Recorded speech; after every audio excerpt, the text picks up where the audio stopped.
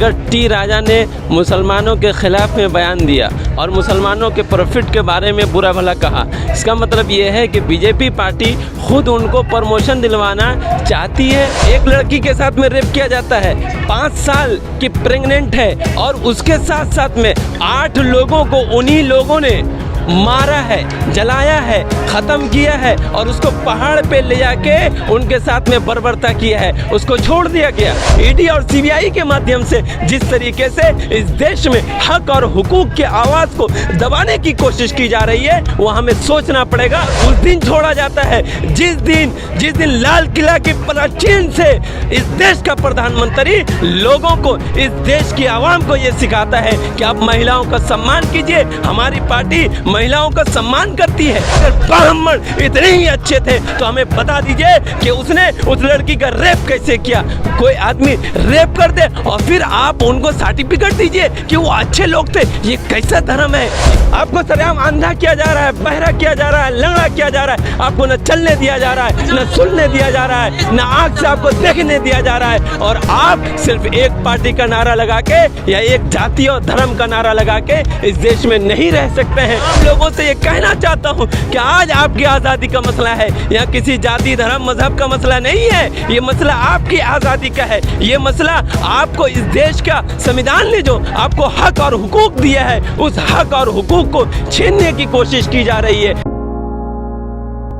कि जो सत्ताधारी पार्टी है, उस पार्टी ने खुलेआम ये बोल दिया है कि इस देश में जिस धर्म को सबसे ज़्यादा टारगेट कर सकता है उससे ज़्यादा प्रमोशन होगा। अगर टी राजा ने मुसलमानों के ख़िलाफ़ में बयान दिया और मुसलमानों के प्रॉफिट के बारे में बुरा भला कहा, इसका मतलब ये है कि बीजेपी पार्टी खुद उनको प्रमोशन दिलवाना चाहती है और बीजेपी चाहती है कि तमाम देश के अंदर में तमाम राज्यों के लोग सिर्फ़ और सिर्फ हिंदू मुसलमान का जो चाहिए चीज़ है इसमें फंस जाए और फंसने के बाद में जो अहम मुद्दे हैं उस मुद्दे को भूल जाया जाए। आप देख लीजिए, एक लड़की का रेप होता है, उस रेप कांड में पूरी दिल्ली नहीं बल्कि तमाम देश के लोग रोडों पे आकर के खड़े हो जाते हैं और निर्भया को इंसाफ दिलाने के लिए रात दिन सुबह शाम दोपहर हर टाइम प्रोटेस्ट किया जाता है, हर टाइम मांग किया जाता है, सरकारों पर दबाव बनाई जाती है और सरकार आखिरकार उसको जेल में डालती है और उसको फांसी का सज़ा सुनाती है। मगर उसी के विपरीत एक लड़की के साथ में रेप किया जाता है, 5 साल की प्रेग्नेंट है और उसके साथ साथ में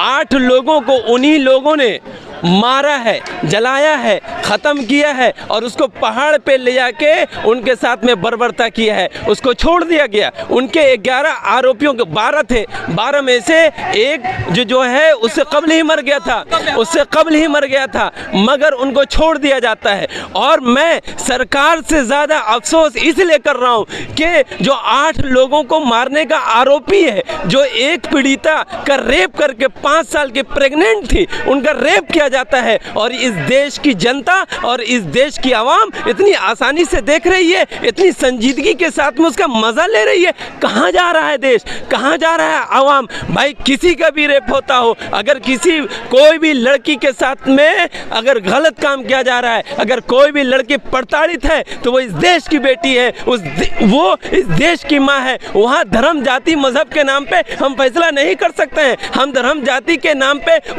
जो है उसके बारे में सोच नहीं सकते हैं। वो एक माँ थी, वो एक लड़की थी और वो इस देश की लड़की थी, जिस देश में ये कहा जाता है कि इस देश में लड़कियों का सम्मान किया जाए। और उस दिन छोड़ा जाता है जिस दिन लाल किला की प्राचीन से इस देश का प्रधानमंत्री लोगों को, इस देश की आवाम को ये सिखाता है कि आप महिलाओं का सम्मान कीजिए। हमारी पार्टी महिलाओं का सम्मान करती है, मगर देखिए उन्हीं के पार्टी के एक विधायक ये बोलते हुए सुने जाते हैं कि उन लोगों को इसलिए छोड़ दिया गया है कि वो ब्राह्मण थे और वो लोग अच्छे लोग थे। अरे अच्छे थे तो 8 लोगों को किस तरीके से मारा? अगर अच्छे थे, अगर ब्राह्मण इतने ही अच्छे थे तो हमें बता दीजिए कि उसने उस लड़की का रेप कैसे किया। कोई आदमी रेप कर दे और फिर आप उनको सर्टिफिकेट दीजिए कि वो अच्छे लोग थे, ये कैसा धर्म है? ये ये कैसी जाति है हमें नहीं समझ में आती है, क्योंकि इस देश में या इस दुनिया में कोई भी जाति हो, हर जाति में उत्पीड़न को गुनाह माना गया है, उसको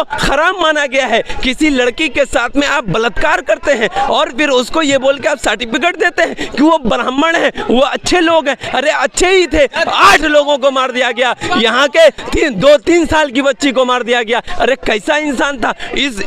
उसके बावजूद भी इस देश की आवाम ने एक आवाज उठाने के लिए तैयार नहीं है, लोग बाहर निकलने के लिए तैयार नहीं है। क्यों जानते हैं? ये आवाम भूल चुकी है, ये आवाम को पता ही नहीं है कि उनका लोकतंत्र का जो अधिकार था उसको छीन लिया गया है। आज आवाम न अपने मर्जी से बोल सकती है, न खा सकती है, न सो सकती है, न कहीं जा सकती है, न कहीं आ सकती है, न कोई फेसबुक में पोस्ट लिख सकती है, न कोई पोस्ट फेसबुक में लिख सकती है। वो लिखने से पहले भी 10 बार सोचती है कि कहीं हमारे घर पे नोटिस नहीं भेज दिया जाए। अगर ट्विटर पे कोई पोस्ट करता है उसको भी सोचना पड़ता है कि कहीं हमें उठा के रातों रात दूसरे केस में, जो केस ही नहीं बनता है, उसमें हमको उठा के जेल में नहीं डाल दिया जाए। मैं तमाम लोगों से ये कहना चाहता हूँ कि आज आपकी आज़ादी का मसला है, यहाँ किसी जाति धर्म मजहब का मसला नहीं है, ये मसला आपकी आज़ादी का है। ये मसला आपको इस देश का संविधान ने जो आपको हक और हुकूक दिया है, उस हक और हुकूक को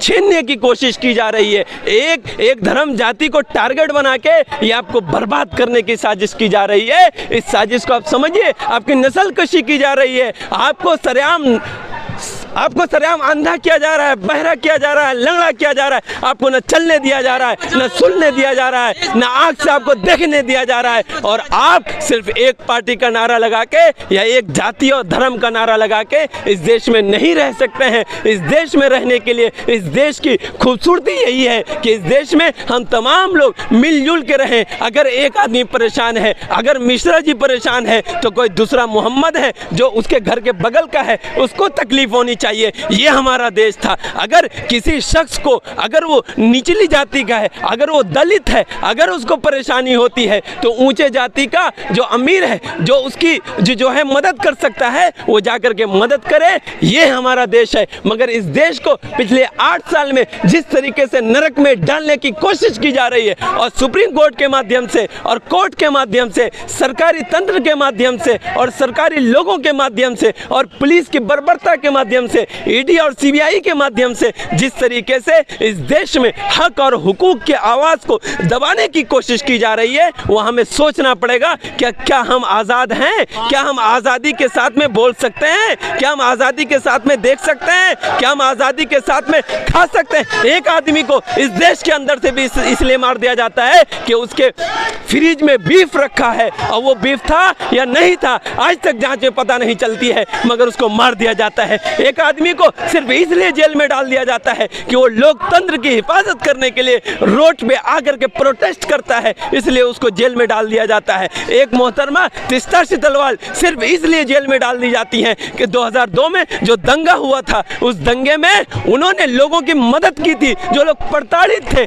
जिनके घरों को तोड़ा गया था, जिनको अपने घर से बेघर किया गया था, जिनके पास खाने का सामान नहीं था, जिनके पास रहने के लिए जगह ही नहीं थी, उनको खाने की व्यवस्था करवाई गई, उनको रहने का इंतजाम करवाया गया, उनको जेल में डाल दिया जाता है। फिर भी आवाम खामोश है, आवाम देख रही है और नारा लगा रही है कि बीजेपी बीजेपी। मेरे भाइयों, आपको सोचना पड़ेगा कि पार्टियां आएंगी जाएंगी, सत्ताधारी आती है जाती है, ये किसी की जागीर नहीं है कि कोई हमेशा पीएम या सीएम बना रहे, मगर आपको हमेशा रहना है, आपको अपनी जिंदगी जीना है, आपको अपने आने वाली नस्ल को आप कैसा देश देना चाहते हैं, वो आपको फैसला करना पड़ेगा। और तमाम देश के हिंदू मुसलमानों को, सिख हो, बुद्ध हो, जैन हो, पारसी हो, कोई भी हो, उनको सोचना पड़ेगा कि देश किधर जा रहा है। जो लोग इस देश में मुजरिम हैं उनको छोड़ दिया जाता है, और जो लोग रेपिस्ट हैं, जो लोग 8 लोगों को मारने के कातिल हैं, उनको छोड़ दिया जाता है और उनको ला करके मिठाई खिलाई जाती है, उनके गले में माला डाला जाता है। इससे ज़्यादा दुर्भाग्य की बात इस देश के लिए क्या हो सकता है, और इससे ज़्यादा इस देश के लिए रोने की क्या बात हो सकती है कि एक रेपिस्ट और 8 लोगों का कातिल जब बाहर निकलता है तो उसको ये कहा जाता है कि ये ब्राह्मण है, इनके आचार विचार अच्छे थे इसलिए हमने इसको छोड़ दिया। जबकि उनको छोड़ने के लिए सरासर सुप्रीम कोर्ट के आदेश का उल्लंघन किया गया है, उनके आदेश की मुखालफत की गई है। सुप्रीम कोर्ट ने छोड़ने के लिए नहीं कहा था, रिपोर्ट जमा करने के लिए कहा था, मगर उसको छोड़ दिया गया। और उसके बाद भी हमें हैरत इसलिए होती है कि माननीय सर्वोच्च न्यायालय को फौरन उस पर कार्रवाई करके उसको जेल के अंदर में बंद कर देनी चाहिए थी, मगर ये कही गई कि आप रिपोर्ट जमा करें। ठीक है, हम सुप्रीम कोर्ट पे कल भी भरोसा करते थे, आज भी भरोसा करते हैं, मगर इस समाज ने हमें क्या दिया? वो समाज जो एक रेपिस्ट को हार पहनाती है, माला पहनाती है, मिठाई खिलाती है, इस समाज से हम और क्या सोच सकते हैं और क्या अपेक्षा कर सकते हैं, ये हमें सोचना पड़ेगा। हमें संजीदगी व्हाट्सएप यूनिवर्सिटी से बाहर निकल के हमें अपने आप में सोचना पड़ेगा कि ये लोग जो संघीवादी लोग हैं, जो हमेशा इस सत्ता पे काबिज रहना चाहते हैं, वो आपका इस्तेमाल करके इस देश को बर्बाद कर रहे हैं, आपकी आज़ादी को नष्ट कर रहे हैं। आप समझिए और इसके ऊपर में एक्शन लीजिए, रोडों पे उतरिए। कौन सी विचारधारा है जो माला फूल कर रही है? ये भी उनको माला पिला रही है सर। ये विचारधारा नहीं है, ये इंसान को मर जाने की प्रतीत है। जब इंसान की इंसानियत मर जाती है, जब इंसान अंधा हो जाता है, जब इंसान बहरा हो जाता है, तब जाकर के इस तरीके की हरकत करता है कि एक महिला जिसको यहाँ दुर्गा बोल के पूजा किया गया, जिस महिला को इस देश में सम्मान दिया गया, जब भी किसी चीज़ की बात आती है तो सबसे पहले महिला की बात आती है,